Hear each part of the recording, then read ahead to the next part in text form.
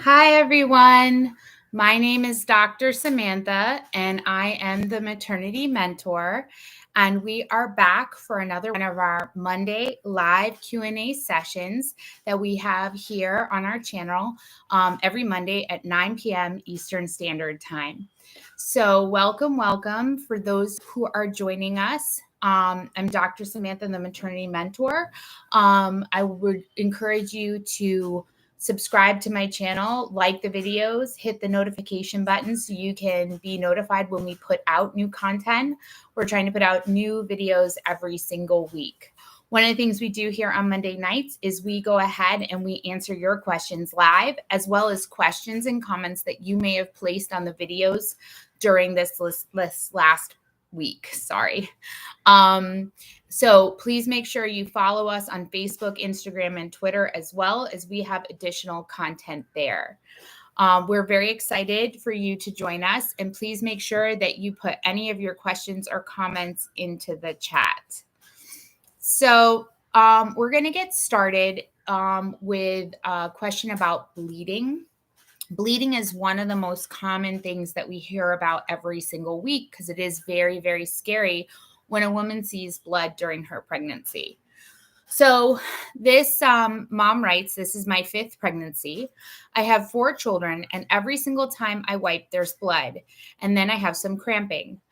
I have a scan scheduled in 2 days. I'm very worried as I'm almost 7 weeks, and I've never bled with the other pregnancies." So bleeding is very common, believe it or not, during pregnancy. However, it shouldn't be taken lightly. So during the first month or 2 of your pregnancy, which is also considered the first trimester, you can bleed for a variety of reasons. For starters, the hormones that are needed to sustain a healthy pregnancy, those same hormones can thin out the vaginal tissue. So as a result, you can end up bleeding if you wipe too rough or if you have rough sex. So one of the things you can do to prevent, for example, bleeding after sex is to make sure you use plenty of lube or lubrication to make sure that you don't tear at all. Now, one of the other things that can cause bleeding is certain type of infections that can lead to irritation of the vaginal tissues that, again, can cause it to tear and to spot a little bit. Now, separate of that, women may also bleed because of issues inside. For example, something called a subchorionic hemorrhage. And we have a video on that. We'll link that into the description. But a subchorionic hemorrhage is a little pocket of blood that kind of goes underneath the placenta. And sometimes little bits of that will drip out. And that's what you'll notice when you see that spotting. And of course, one of the things that could happen is you may be having the early signs of a miscarriage. So what do? If you see any bleeding during your pregnancy, you want to let your healthcare provider know. Your healthcare provider will probably want to do an assessment. And the most common assessment to check on bleeding during the early parts of your pregnancy is to have an ultrasound. So usually they'll do the ultrasound, which is a picture of the baby, both on the outside of your belly, but also transvaginally. So transvaginally means that they'll take a probe that has a sterile cover over it, and they will insert it into the vagina so they can see pictures through your cervix. And this helps them look to see where the bleeding might be coming from. Now, there's different types of blood. So like there's colors of blood. There's pink, there's red, and the red can be either bright red or dark red, and there's brown. So brown indicates old blood. This is blood that happened a long time ago and it's no longer current. Bright red blood is active bleeding, and pink is usually what we call spotting. It's very light and it may have already resolved as well, but it's a current bleed. This is important because if you report to your healthcare provider, say that you have pink spotting, and then all of a sudden it changes to red, that's a change in the bleeding, and your healthcare provider is going to want to know about that. So it's important for you to track the bleeding, track how much, when is it occurring? Is it occurring after you stood on your feet for 3 hours? Is it occurring after sex only? All these different things are very important for your healthcare provider to know. Now, let's say you bleed, you call your healthcare provider, they perform an assessment, they tell you it's no big deal. And then a couple days later, you bleed again, and you're not sure if it's the same thing or a different thing. What do? You call your healthcare provider. Your healthcare provider is there for you 24 hours a day, 7 days a week. This is what they've signed up for. No question is stupid, okay? It's better for you to ask and make sure that you and the baby are okay than not to ask and have something happen that could have been taken care of very easily. So, again, bleeding can be very scary during pregnancy, but there are some normal things that can happen that do occur during pregnancy and can cause bleeding. So you want to make sure you get assessed. All right, so that was a great question that we had. Now, going along the same lines of bleeding, I got a question on my RH factor ROGAM video. And so it says, "Hi, doctor, I am RHO negative. I never had that shot before, and I have 2 children. I am now 32 weeks, and I didn't have the injection. What might happen?" So this person is referring to the ROGAM shot. So with blood type, we have positive and negative. So there's O positive or O negative, A positive or A negative. So, and there's a couple other types. So positive or negative refers to the rhesus factor, which was figured out by scientists a long time ago, and rhesus refers to rhesus monkeys, okay? So this research was done a long time ago, which determined not only the AB, and O negative, O blood types, but also the negative and the positive. Now, the reason why this is important is that negative and positive represent basically like an antibody. So our body's immune systems, when we get exposed to something like the flu, our immune system responds to that flu, and it gets to that infection and it says, "Hey, you're not supposed to be here. I'm going to create antibodies to fight you." And antibodies are then designed to fight that illness. That's how we get better. So then the next time you get that same flu, your body sends those antibodies, which are like soldiers, to fight that illness and kill it.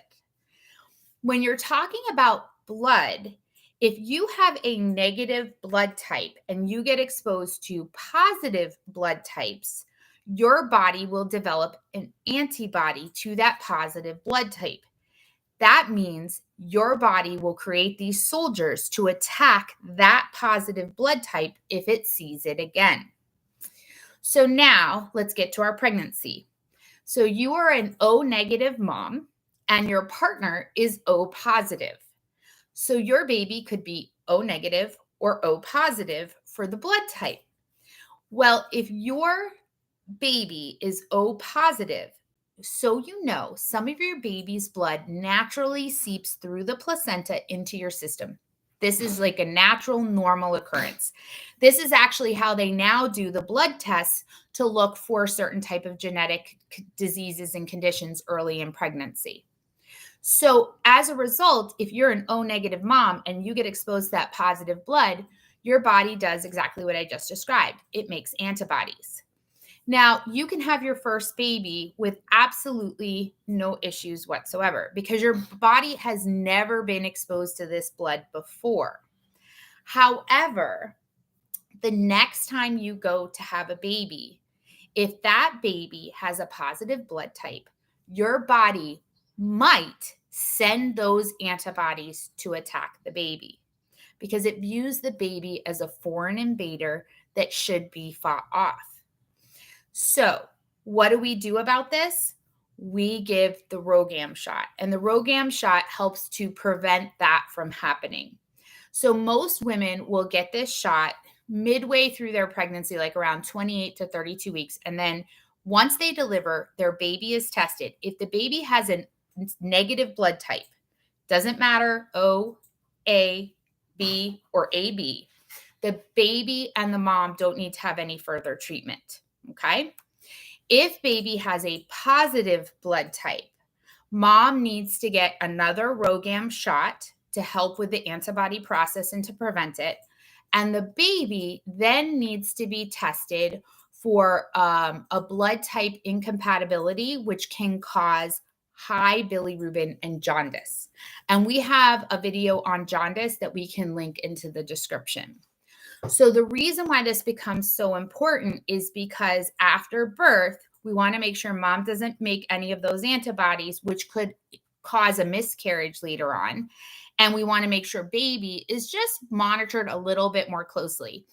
If baby develops jaundice, it's still treatable. Your baby is not at like a huge risk, but we just know that incompatibility can cause that issue to be a little bit more severe.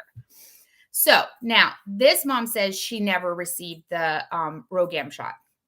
So it is possible, at least after birth, that your children were tested and they all had a negative blood type. If they all had a negative blood type, then you might not necessarily have needed that shot. The second thing is the shot during pregnancy is kind of like a preventative measure, but it's not like 100% needed. Your body may or may not make those antibodies. So while we do get some of our baby's blood into our system, it's not a guarantee that your immune system is going to actually do that full, robust antibody development. Some women don't. So what I would tell you is it's probably okay, but you do want to have a discussion with your healthcare provider right now during your current pregnancy and ask, why am I not getting this? Don't ask if you should, ask why you're not getting it. It is still a blood product, and maybe there is something in your medical history that would prevent you from being eligible for it. Now, the final thing I'm going to say about the RhoGAM shot is that if you have had a miscarriage, you should also be receiving the RhoGAM shot.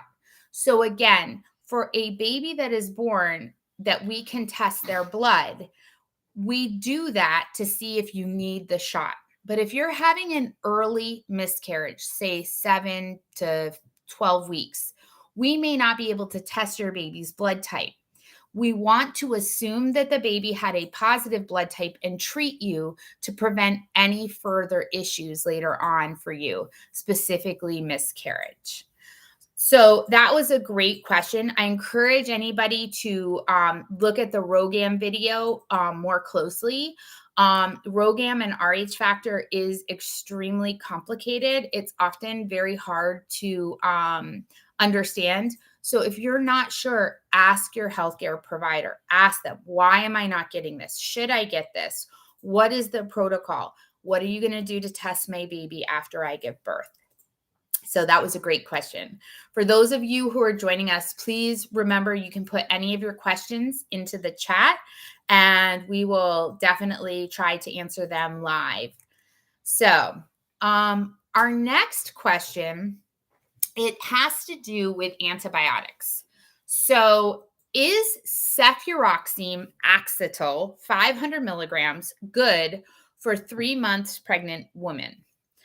So I get a lot of antibiotic questions every week also, and I think they're fabulous because antibiotics can be very, very scary if you're not sure what to do.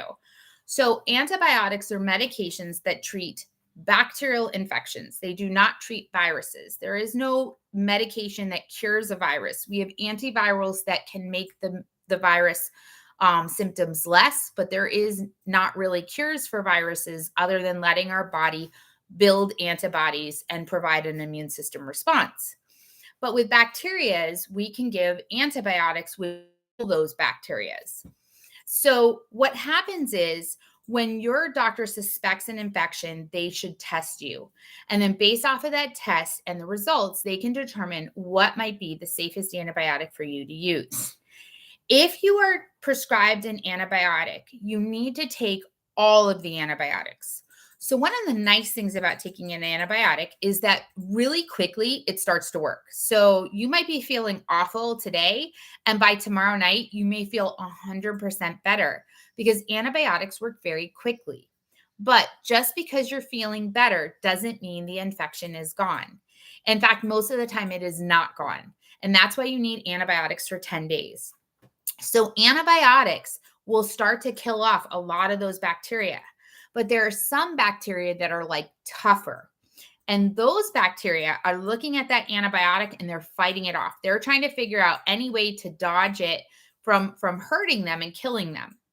If you stop taking your antibiotic, those tougher bacteria survive. But not only do they survive, they've figured out a way to get around that antibiotic. So usually what happens is a week later, you feel sick again.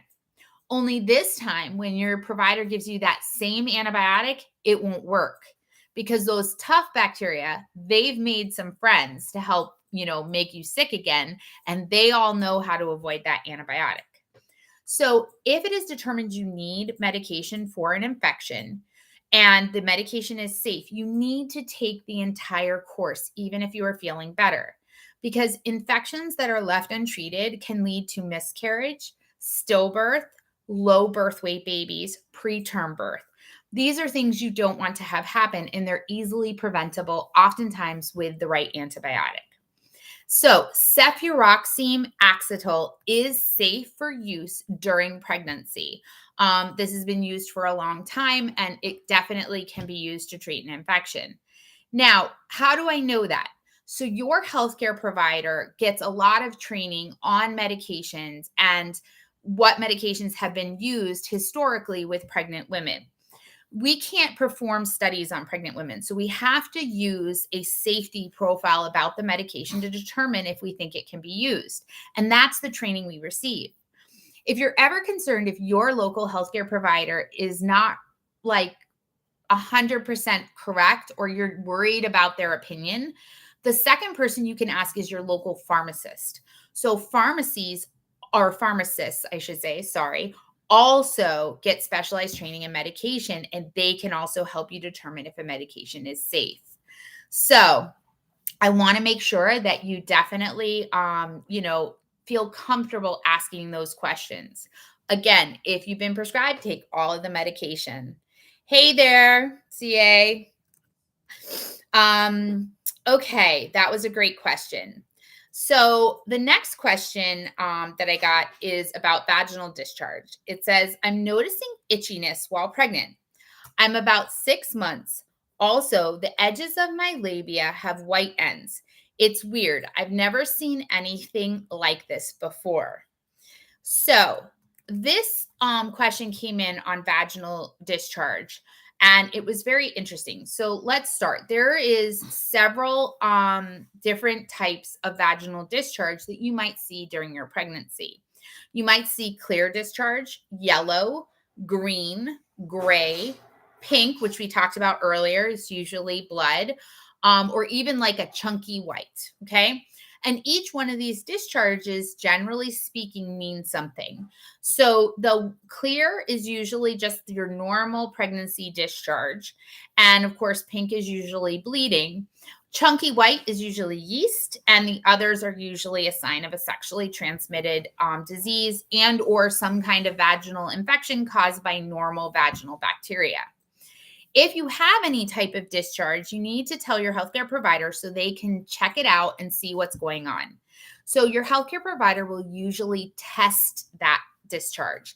And what they do is they take a sterile Q-tip and they go ahead and they will take that end of that soft Q-tip, that cotton applicator, and they'll swab some of that discharge up out of your vagina. And then they send it to a lab to see what it is. If it's one of those sexually transmitted diseases or vaginal infections that I was talking about, then they will prescribe you an antibiotic. And this is why it's very important for you to take those antibiotics. If it is not, it might be a yeast infection, which is usually that chunky white. Now, yeast infections are extremely easy to treat. Generally speaking, unless it's a resistant yeast, which most are not right now, you can use a lot of products that you can find over the counter. The reason why you don't want to just treat your yeast infection is because maybe it's not a yeast infection. And if it's a regular bacterial infection, you need it treated right away. The other thing is, depending on your pregnancy and your risk factors, depends on what type of yeast medication your doctor may want you to take.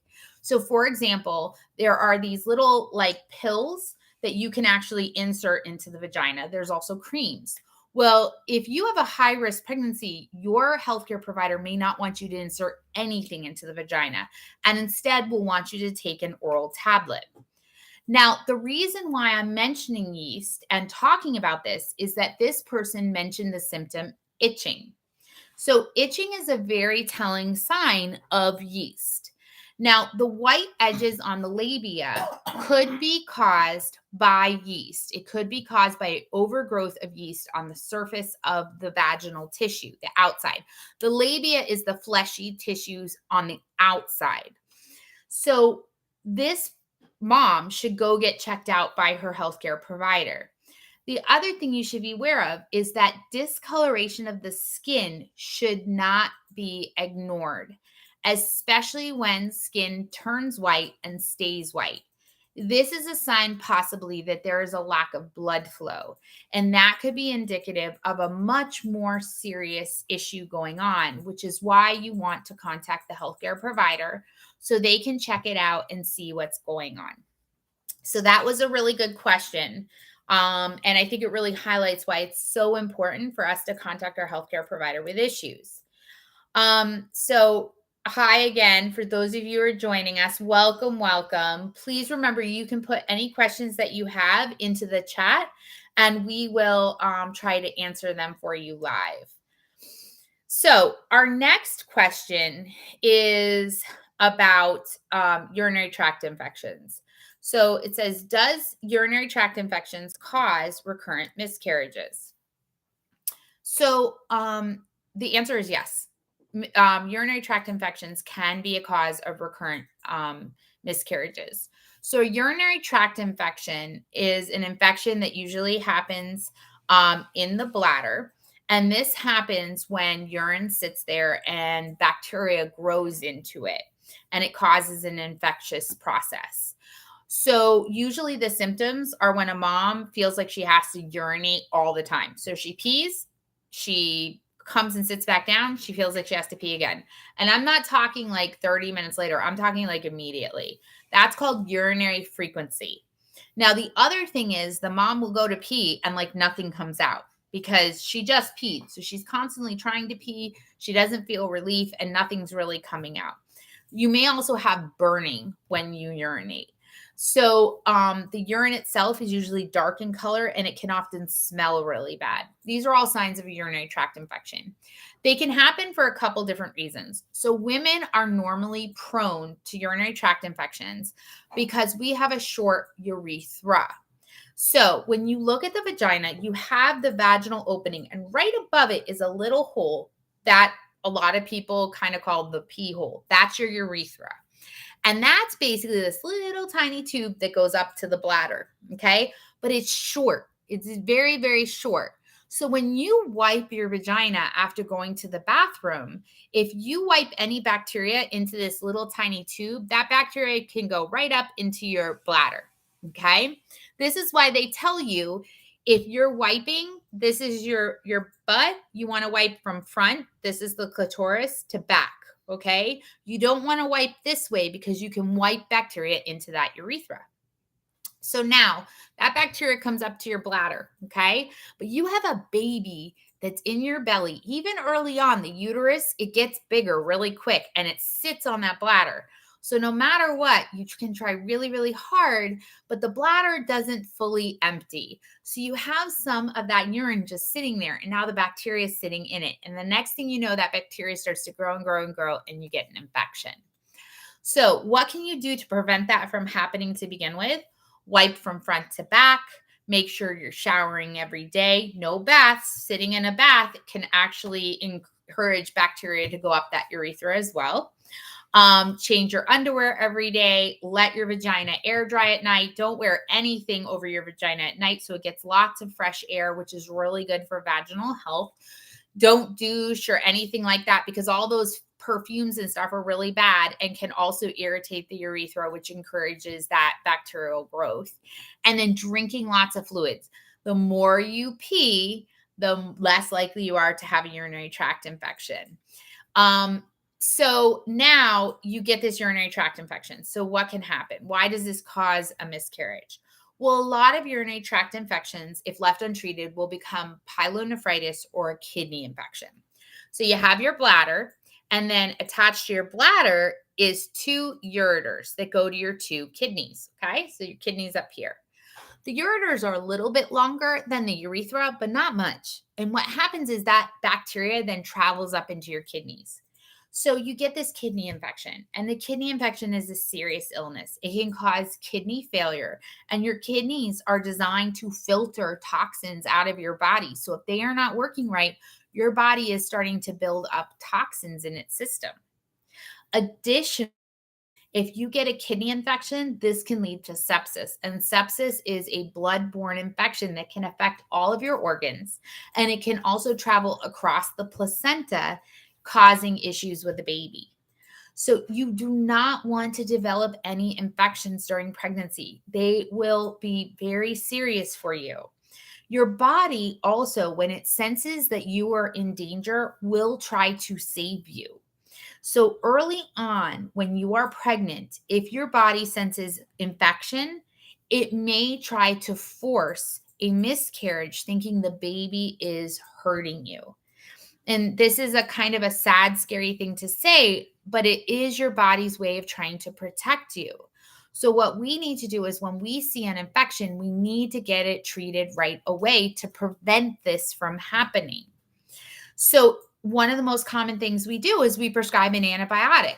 A mom gets this infection, we give her an antibiotic. But then what do we see moms do? They don't finish the antibiotics. I cannot stress this enough. If you get diagnosed with an infection, finish the antibiotics. It is far safer for your baby to be exposed to an antibiotic for 10 days than for you to have an untreated infection. Okay? So the other thing that a lot of women talk about when they talk about trying to prevent or treat urinary tract infections is cranberry juice. So I want to be very clear. If you have been diagnosed with a urinary tract infection, which is done through a urine sample that is sent to a lab, cranberry juice is not going to fix that. Okay, period, end of conversation. Cranberry juice does not treat a urinary tract infection.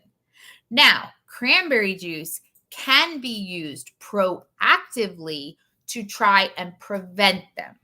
Now, the research is mixed on this, just to be very clear. There are studies that show it is good for urinary tract infections, and there are studies that show it makes no difference at all.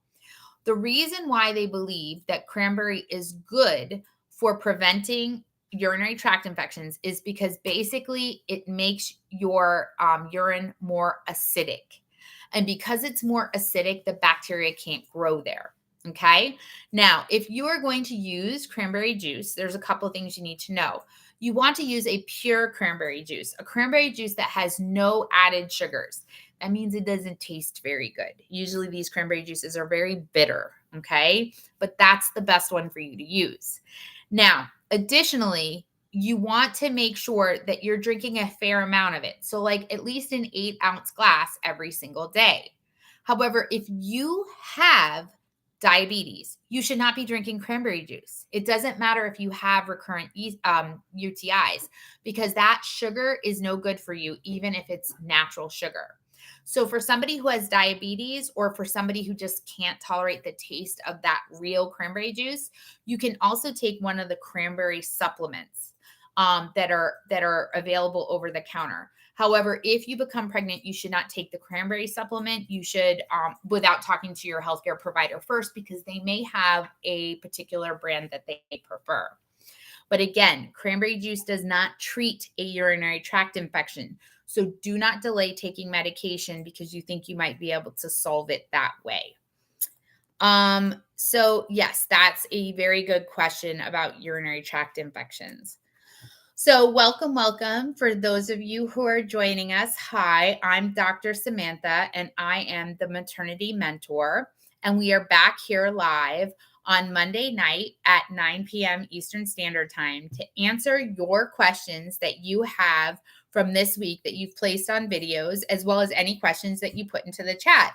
So if you have anything that you're dying to ask, please make sure to type it in the chat. We will definitely try to get that answered live.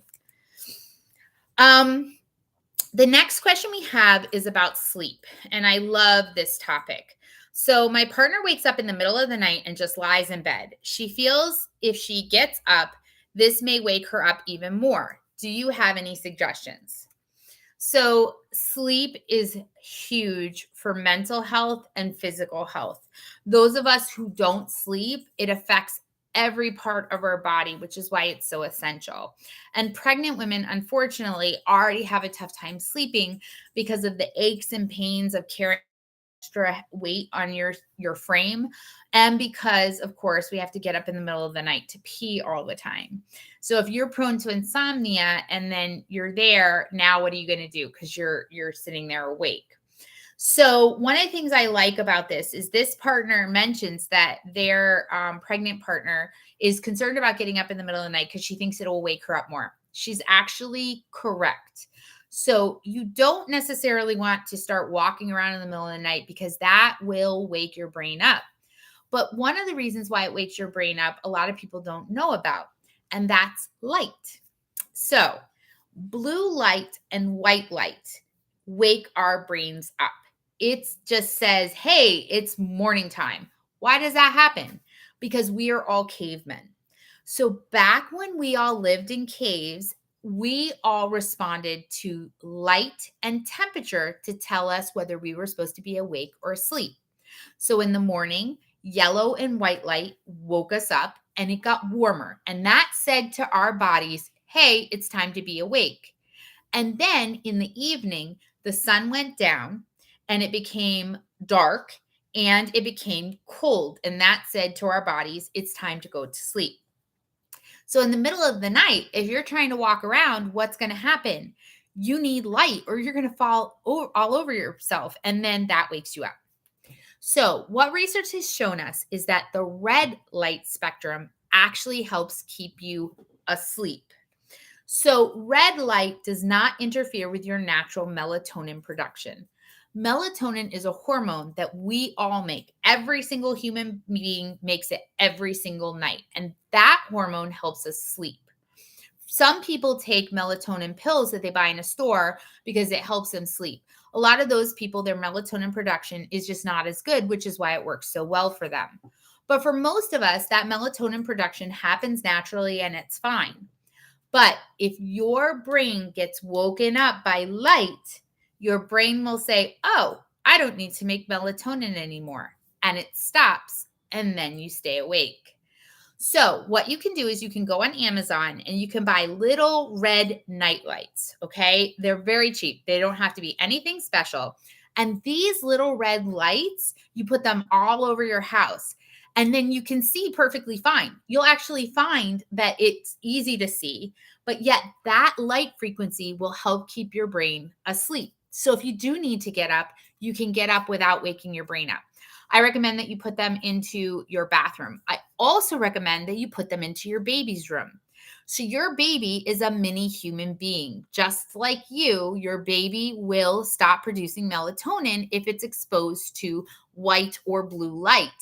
So if you put a red nightlight into the baby's nursery, if you need to go in there in the middle of the night to feed a bottle or to breastfeed or to change a diaper, that red light frequency will actually help keep your baby asleep, even if the baby is looking at you and crying. That is a really good way to instill good sleep habits in the baby early on. Now, the next thing, a lot of people wake up in the middle of the night because they want to know what time it is.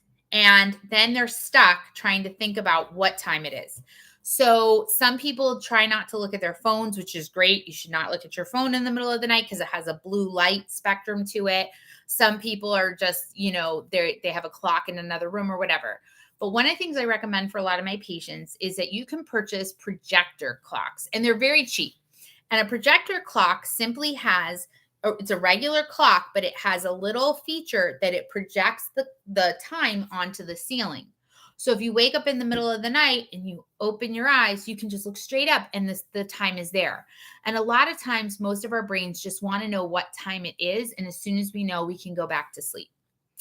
Now, what can you do from another perspective? So sometimes those things don't work. Make sure you're turning the temperature down at night in your house. Believe it or not, you actually want it to be cooler in your house, cold enough that you may even actually want to wear an extra blanket. That actually is really good for you and your sleep. Now, the other thing that you can do from a more medication vitamin standpoint is Unisom. So Unisom is a medication that is half of a prescription medication called Diclegis. So Diclegis is Unisom and vitamin B6 put together, and that medication is used for morning sickness. And we have a video on morning sickness that we can link into the description. So Unisom has been shown to be safe from first trimester on. The biggest complaint some women have is that Unisom make them a little sleepy the next day. What I'll tell you is a lot of times on the back of the box, it'll say that you can take 2 tablets at night. I would encourage you to start with a half. Like, you don't need to take the full 2 tablets the first time you try it. Sometimes a half is enough for you to use in order to help you sleep through the night. The other thing you can try, good old warm milk. Milk, when it's warmed up, that calcium can also help you feel a little sleepy. And if you're suffering from acid reflux, that may also keep you up at night.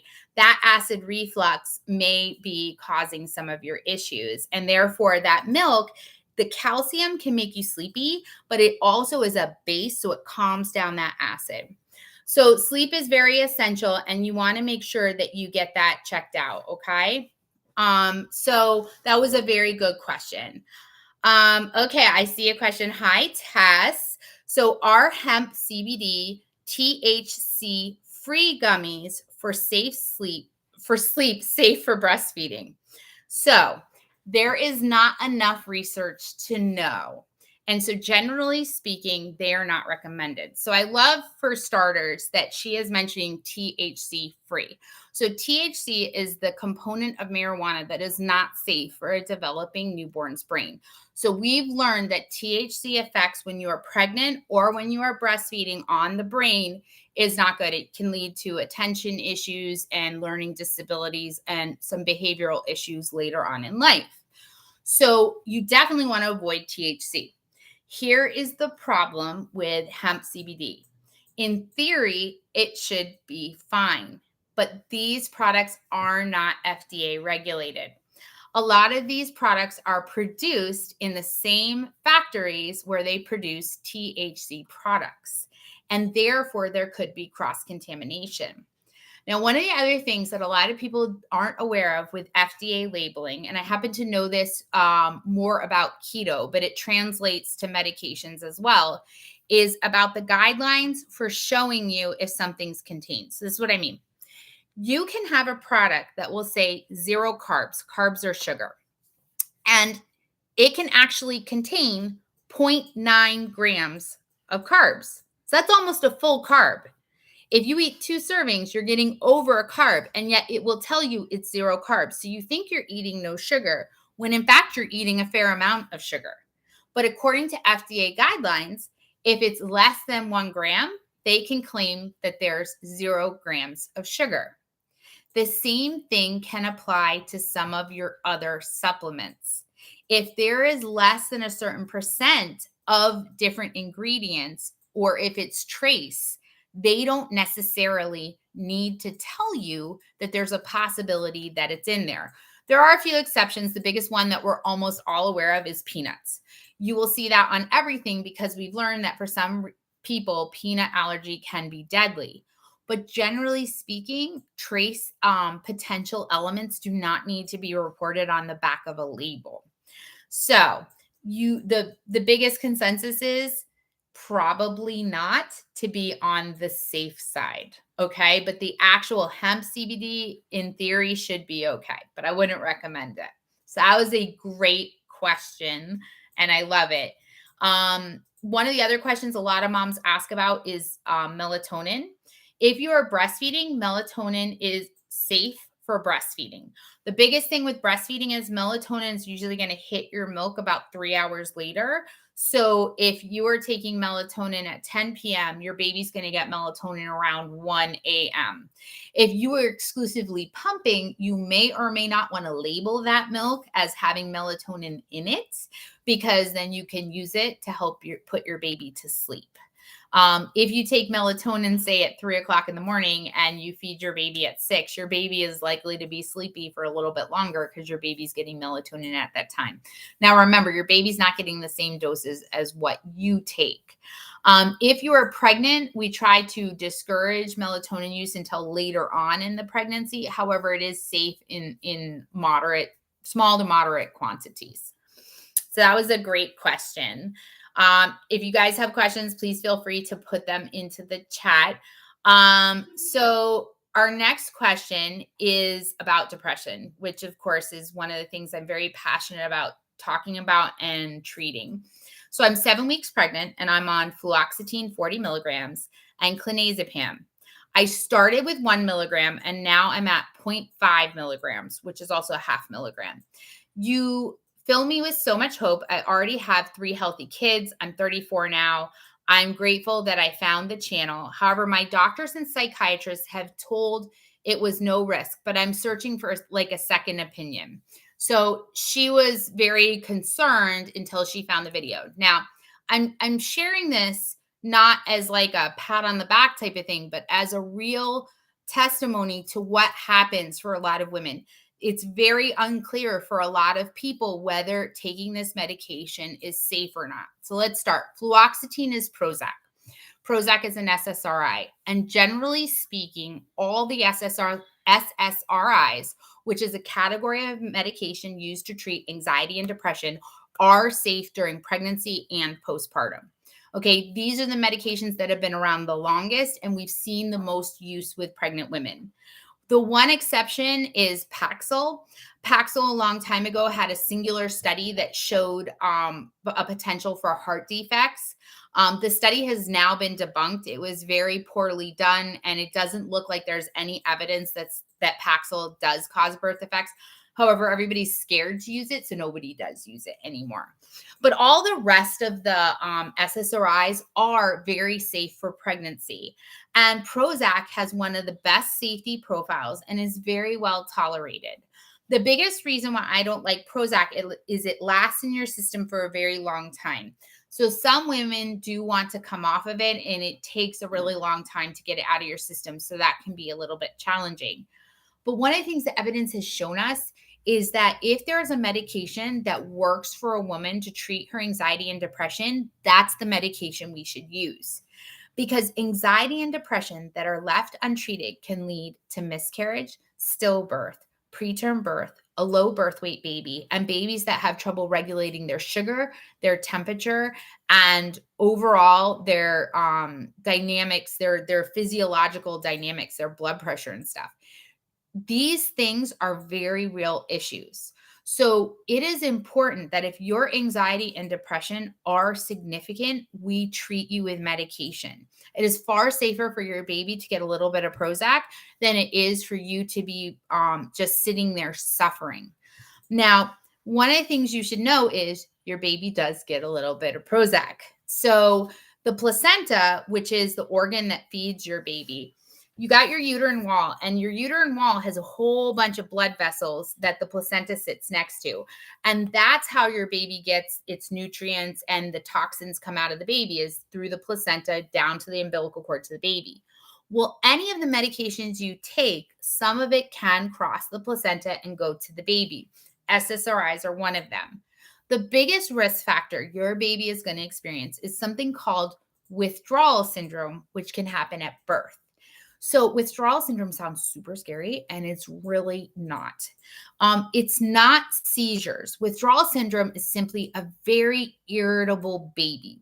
These babies oftentimes have a very high-pitched cry. They're restless. They want to be held a lot. They may not eat fantastic in the beginning. But if you know what's going on, then you can help prepare for it. And preparing for it means that you, your partner, your family all know that this baby's going to need lots of cuddles, lots of skin to skin, lots of time to just be with you while they're kind of coming off of that medication. Super easy, doesn't take a lot of time. It's 5 to 10 days max, and a lot of babies don't even experience it. Now, if you do plan on breastfeeding, you continue your medication, because then your baby will get little bits of the Prozac in the breast milk, and that can also help with withdrawal syndrome. So Prozac is indicated for depression, anxiety, panic, a little bit of OCD. It's great medication, and I can see why this mom was put on it. Now, she mentions a second medication, which I think is important to talk about, which is Klonopin or clonazepam. So Klonopin is a benzodiazepine. So this one's a little tricky. So this is a category of medications that are used primarily for panic and anxiety. I see a lot of providers misprescribe it and tell patients to take it for sleep. It should never be used for sleep. That is not what it's there for. Now, benzodiazepines are not really recommended for use during pregnancy. These are highly addictive medications and they are controlled substances. And the reason why they're a controlled substance is because you can develop tolerance very quickly. And that means that the medication doesn't work well and you need to use higher and higher and higher doses. These medications, once they get to certain amounts, you can't just stop them. Okay. You can't be taking 10 milligrams of a benzodiazepine and just one day say, nope, I'm done, because you can actually start to have seizures. So there is a separate type of withdrawal syndrome from benzodiazepines that can cause seizures. And if you are taking benzodiazepines at the time of birth at high levels, your baby may need intensive care in order to come off of that. So we don't recommend benzodiazepines for regular everyday use because of that. However, if you are taking a benzodiazepine, you also need to be weaned off of it because pregnant women are at higher risk for seizures in general. So you need to have a plan in place to start to decrease it. And I love what this mom says, how she went from 1 milligram to a half a milligram. So she's moving in that direction. What you want to do is you want to be working very closely with your OBGYN and your psychiatrist to see what other options you can use for your anxiety. For example, from an as-needed perspective, there's something called Buspar, which is another SSRI, but it's used primarily for anxiety. It's very effective, safe for pregnancy. Depending on what's going on with your pregnancy, another medication that might be able to be used is propranolol, which is a beta blocker that helps lower your heart rate when you're having a panic attack. There's some homeopathic stuff like magnesium, calcium, vitamin B6 that may also be able to be utilized. Now, some women need Klonopin every once in a while. So what is every once in a while? Like if you needed Klonopin once a month during your pregnancy, your baby is not going to have a withdrawal syndrome and your baby will be okay, most likely. But you want to try to avoid it if you can. Now, the other complication with using something like Klonopin, a benzodiazepine, is that your baby will test positive for a benzodiazepine, which is considered a substance that can be harmful to your baby and can have some other ramifications, including the possibility that wherever you're located, they may need to call authorities to let them know your baby was exposed. This is just part of possible local and state laws. And it doesn't mean that anything's going to happen. If you have a valid prescription, you should be fine. But again, this is done because we know that exposure to these substances can be harmful. But don't judge yourself if this was something you were on from the start. You simply work on trying to find an alternative until you deliver. And then if you need to go back to the Klonopin and it's safe, then you do so. However, I'm just glad that you're receiving treatment because that's what's most important. A happy mommy, a healthy pregnancy, a healthy baby. We're almost done with your questions. For any of you who are joining us, if you have any questions, please jump into the chat and put them in there. We love to hear from you. That's one of the things that we look forward to. The last thing I'm going to talk about while I wait to see if anybody has any questions that they're going to put into the chat is donor milk. So donor breast milk, we have a video on it. We'll put the link into the description. This is where a woman takes her breast milk and she donates it to a milk bank. And milk banks will screen donors before they accept the milk. They go through a very rigorous process of screening a donor. And then when they accept the milk, they screen the milk for disease. And then they go ahead and they pasteurize and process it and repackage it. Donor milk is a medication for medically fragile infants. Okay, this can be a life-saving medication for them. And so it's so wonderful when women who have extra milk are able to donate that milk, because not every mom can breastfeed. And being able to have access to donor milk is so amazing, especially for these babies. However, we have a lot of moms who also want to provide their babies breast milk who are perfectly healthy full-term babies. And that's wonderful because breast milk is amazing. But maybe they don't want to breastfeed or they never made milk. So they will go online to purchase. Now, you can purchase breast milk from a lot of milk banks. However, most milk banks will prioritize medically fragile infants first. So if they don't have enough milk to sell, they will not sell to the outside public. So this leaves a lot of people searching on the internet to find milk. This is not safe, okay? We have found now that there are cases where people have received milk, and one of the ways they do this, those milk banks themselves will purchase milk and then test it. And they have found that this milk can actually be watered down formula. It can be watered down flour milk. It can be all sorts of stuff. Okay. This milk that you're buying is not tested. There are many diseases that can be found in breast milk. For example, in our country, the United States, women who have HIV are discouraged from breastfeeding because you can find the HIV virus in breast milk. And there is a chance that a baby could contract HIV using breast milk. So we tell women who have access to a safe water supply to give formula and to exclusively formula feed. But you don't know the medical history of the person you're receiving milk from. Their milk hasn't been tested, and you have no way to verify what you're receiving is actually good for your baby. So do not buy milk over the counter unless you're buying from a reputable milk bank. Okay. And if any of you guys are blessed with having extra milk, which is awesome, and you feel like donating, look around to see if you have a local milk bank that you can donate to. All right. So we're finishing up. My name is Dr. Samantha. I am the maternity mentor.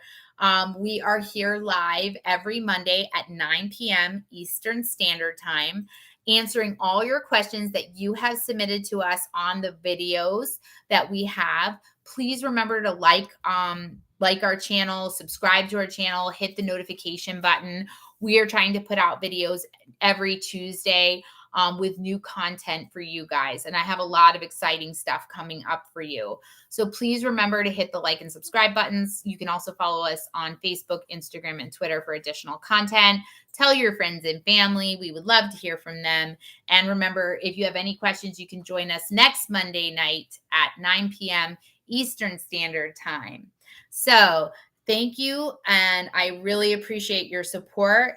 My name is Dr. Samantha. I'm the maternity mentor.